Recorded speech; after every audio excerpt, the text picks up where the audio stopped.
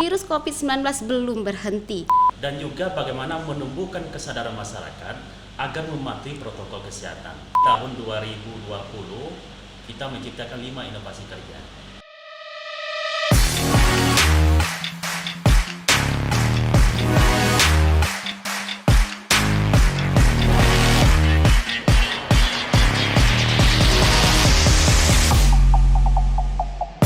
Assalamualaikum warahmatullahi wabarakatuh. Halo pemirsa Padang Panjang TV. Jumpa lagi di acara podcast Kominfo Corner. Kali ini bersama saya Miss Julai.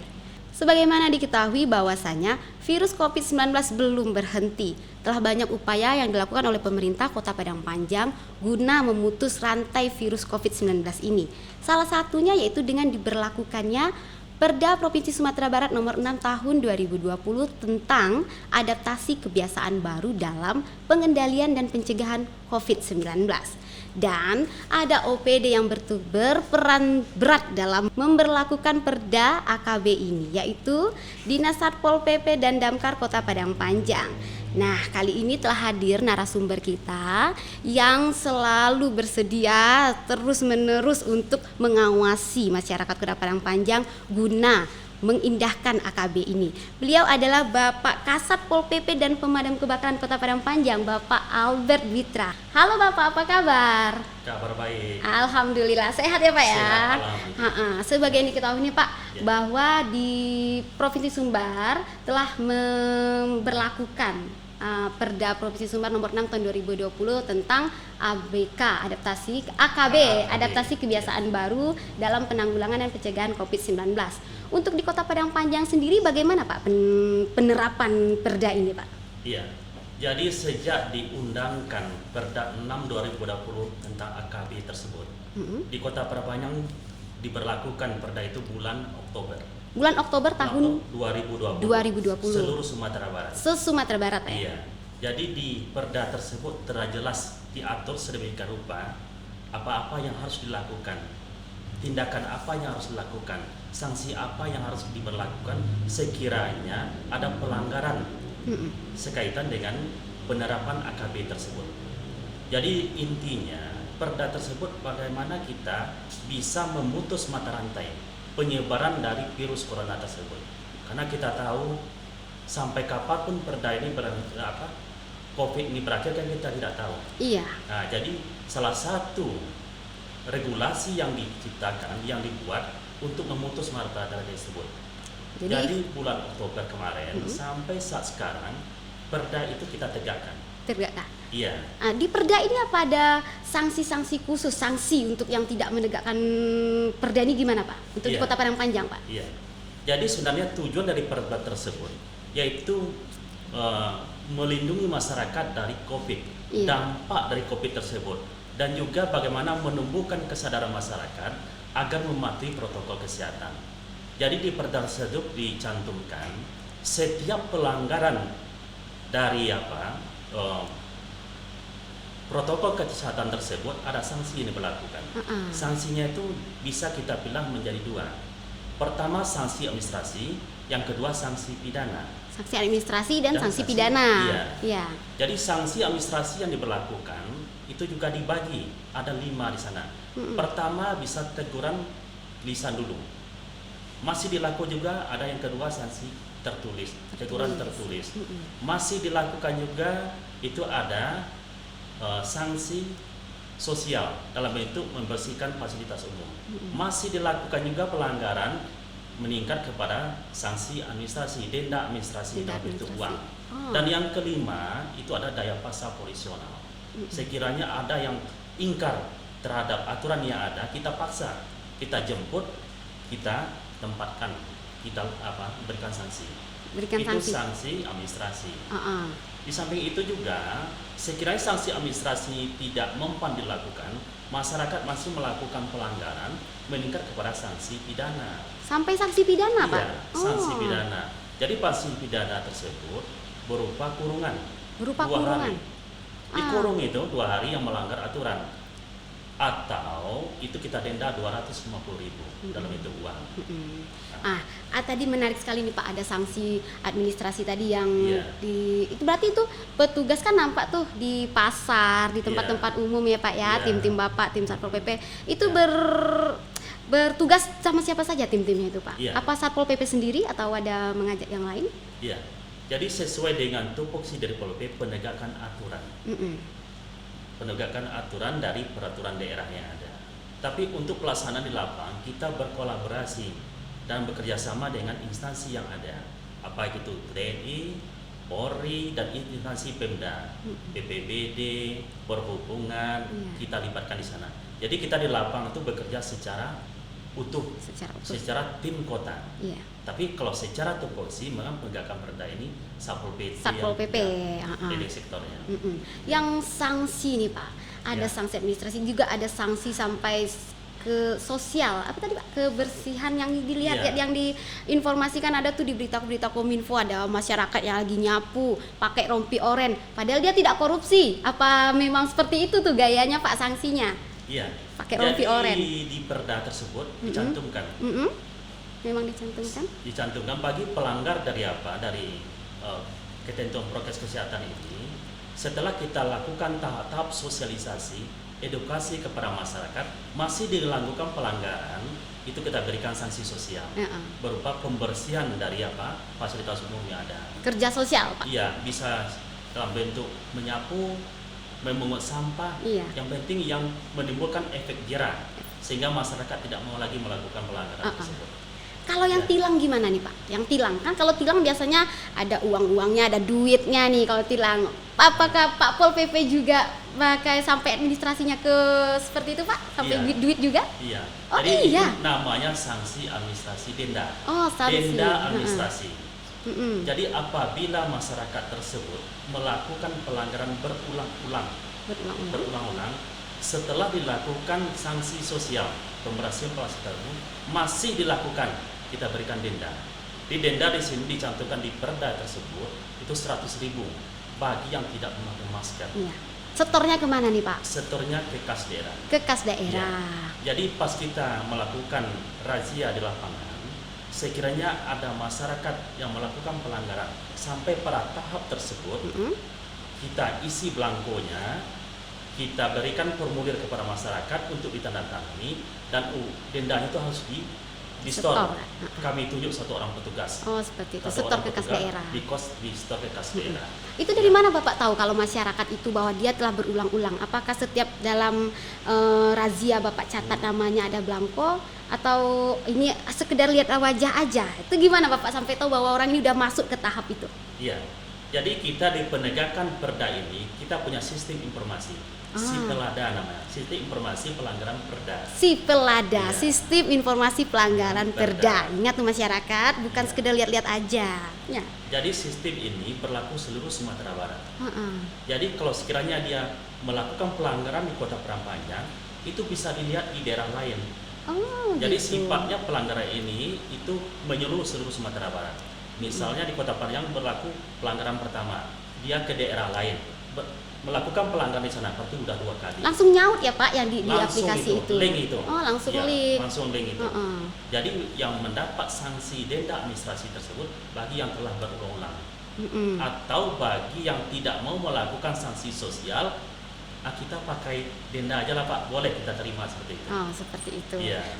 Kalau itu gimana nih Pak? Masing-masing banyak nih masyarakat maskernya.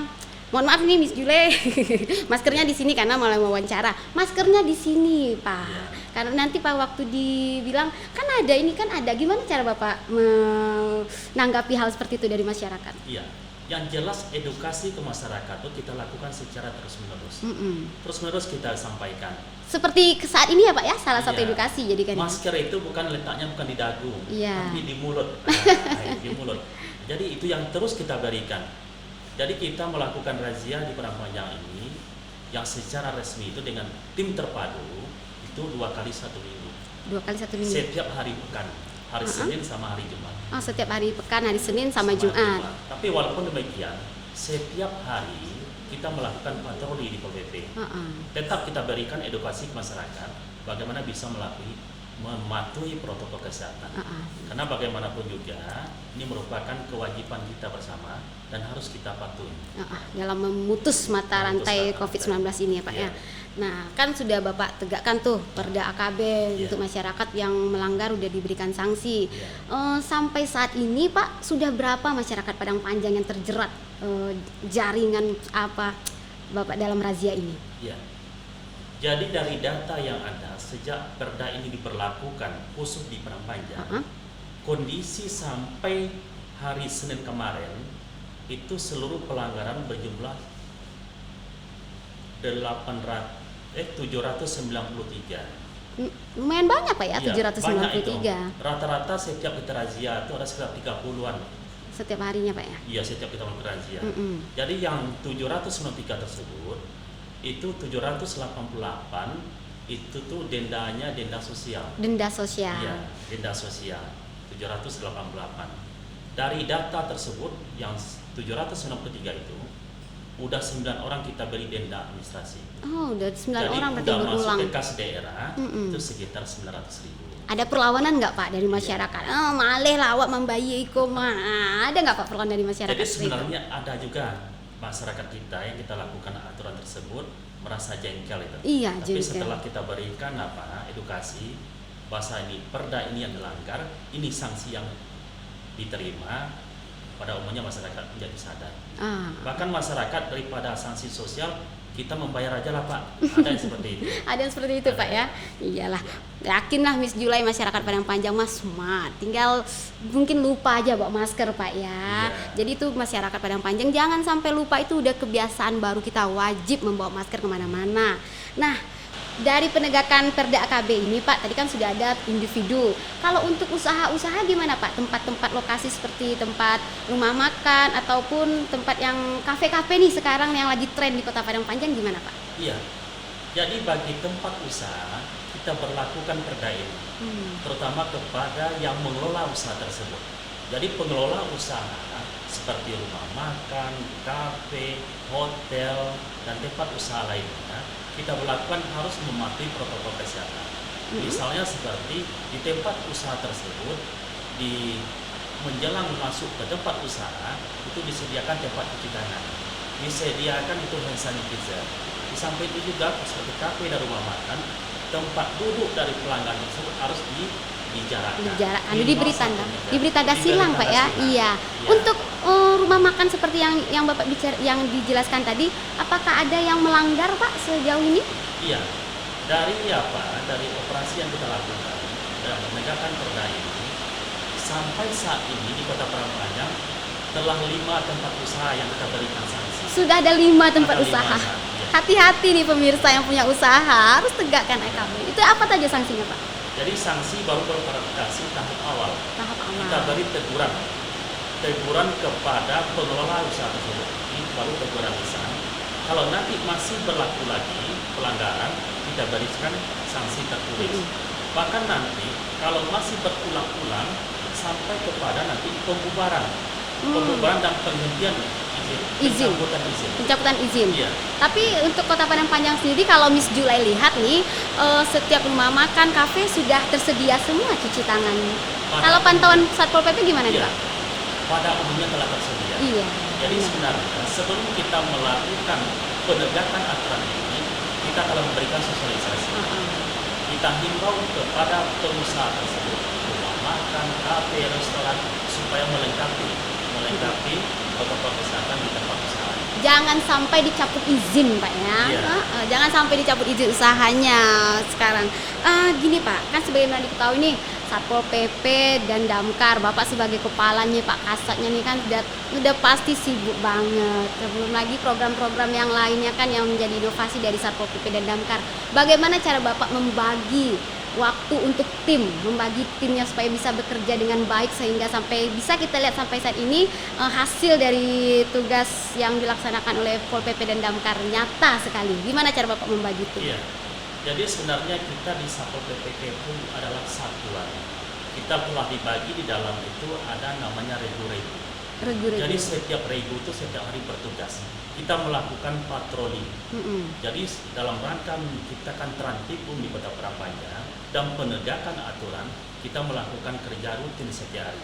Iya. Patroli yang kita lakukan bisa bentuk jalan kaki, dengan kendaraan roda 2, dengan kendaraan roda 4, Sepeda ada juga ya Pak? dengan sepeda juga ada. Mm-mm. Kita sisir tempat-tempat yang ada di kelurahan pakai sepeda. Iya. Jadi yang jelas kita bagaimana bisa ciptakan tertib di Padang Panjang, dan khusus kepada penegakan Perda 6 2020 kita terus berikan edukasi kepada masyarakat. Karena itu merupakan bagian dari penegakan aturan yang ada. Iya. Jadi kita bagi anggota itu, Dibagi. kita bagi ya, rutin.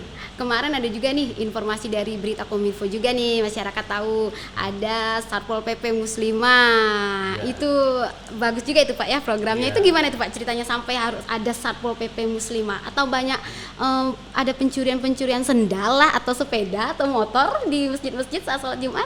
Iya. Jadi sebenarnya itu bagian dari inovasi kerja. Jadi tahun 2020 kita menciptakan 5 inovasi kerja dalam rangka peningkatan kerja memberikan pelayanan kepada masyarakat. Salah satunya yang Salimah itu, Ya. Satpol PP Muslimah. Salimah, Satpol PP Muslimah. Jadi sebenarnya ini merupakan lanjutan dari Pol PP Syariah yang telah 2009 dulu dia pada dicanangkan. Lanjutan nih. Kita kelanjutan berikan, berarti ini iya, Pak ya. Kita berikan sentuhan yang lebih berarti kepada masyarakat. Jadi pada hari Jumat tersebut kita berikan semacam edukasi penyampaian kepada masyarakat berkaitan dengan kota kita, kota Serabi Mekah. Mari kita bersama-sama bagi yang muslim melaksanakan ibadah Jumat bagi yang laki-laki. Sekiranya tidak muslim laki-laki itu jangan keluar dari tempat, jangan berada di tempat umum, bolehlah di rumah. Kan kita ketahui di Padang Panjang tidak seluruhnya kita beragama Islam. Di samping itu untuk memberikan kenyamanan bagi yang melakukan salat Jumat, kita tempatkan yang putri melakukan pengamanan di setiap masjid, terutama yang ada di jalan protokol. Oh, di jalan protokol. Ya, kita tidak bisa semua masjid kita lakukan itu karena keterbatasan anggota Pak ya. Iya, kita adakanlah penempatan petugas itu di tempat-tempat jalan protokol masjidnya yang ramai dikunjungi. Iya. Karena ini sangat berarti di masyarakat dan juga pengurus masjid untuk menjaga keamanan dan kenyamanan sama melaksanakan Jumat. Benar sekali Pak. Aduh, ini menarik sekali obrolan Miss Jula ini tentang AKB lagi nih Pak. Ya. Selama Bapak menjalankan tugas dan menegakkan Perda AKB ini, apa menurut Bapak, menurut kacamata Bapak, pandangan kacamata Bapak, sifat warga masyarakat Padang Panjang ini dalam penegakan AKB ini Pak? Iya.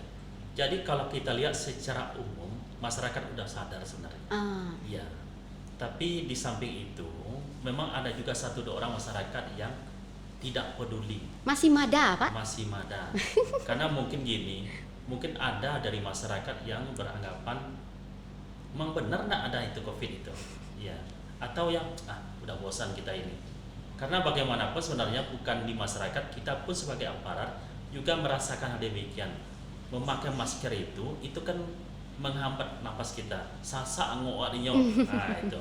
Tapi sebenarnya itu harus dilakukan. Yang masker itu harus kita pakai.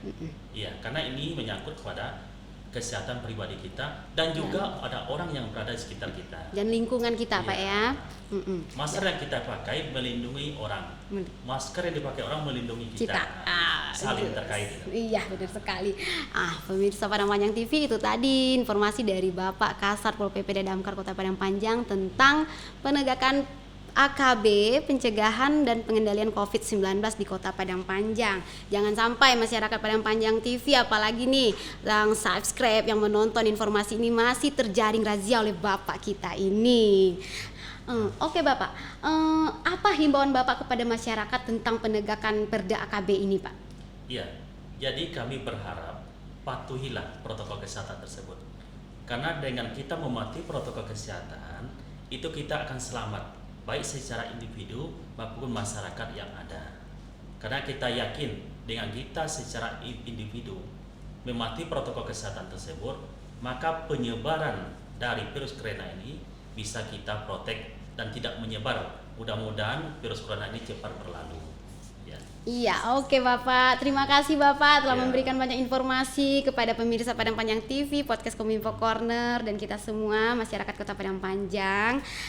Dan juga Pak, terima kasih telah hadir di studio Kominfo Corner di sela-sela waktu Bapak yang sangat sibuk sekali.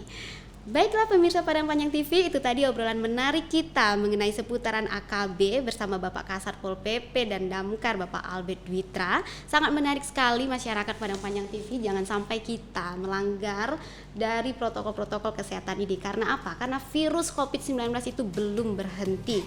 Baiklah, saya Miss Julai beserta kru yang bekerja pada hari ini mengucapkan terima kasih. Wassalamualaikum warahmatullahi wabarakatuh.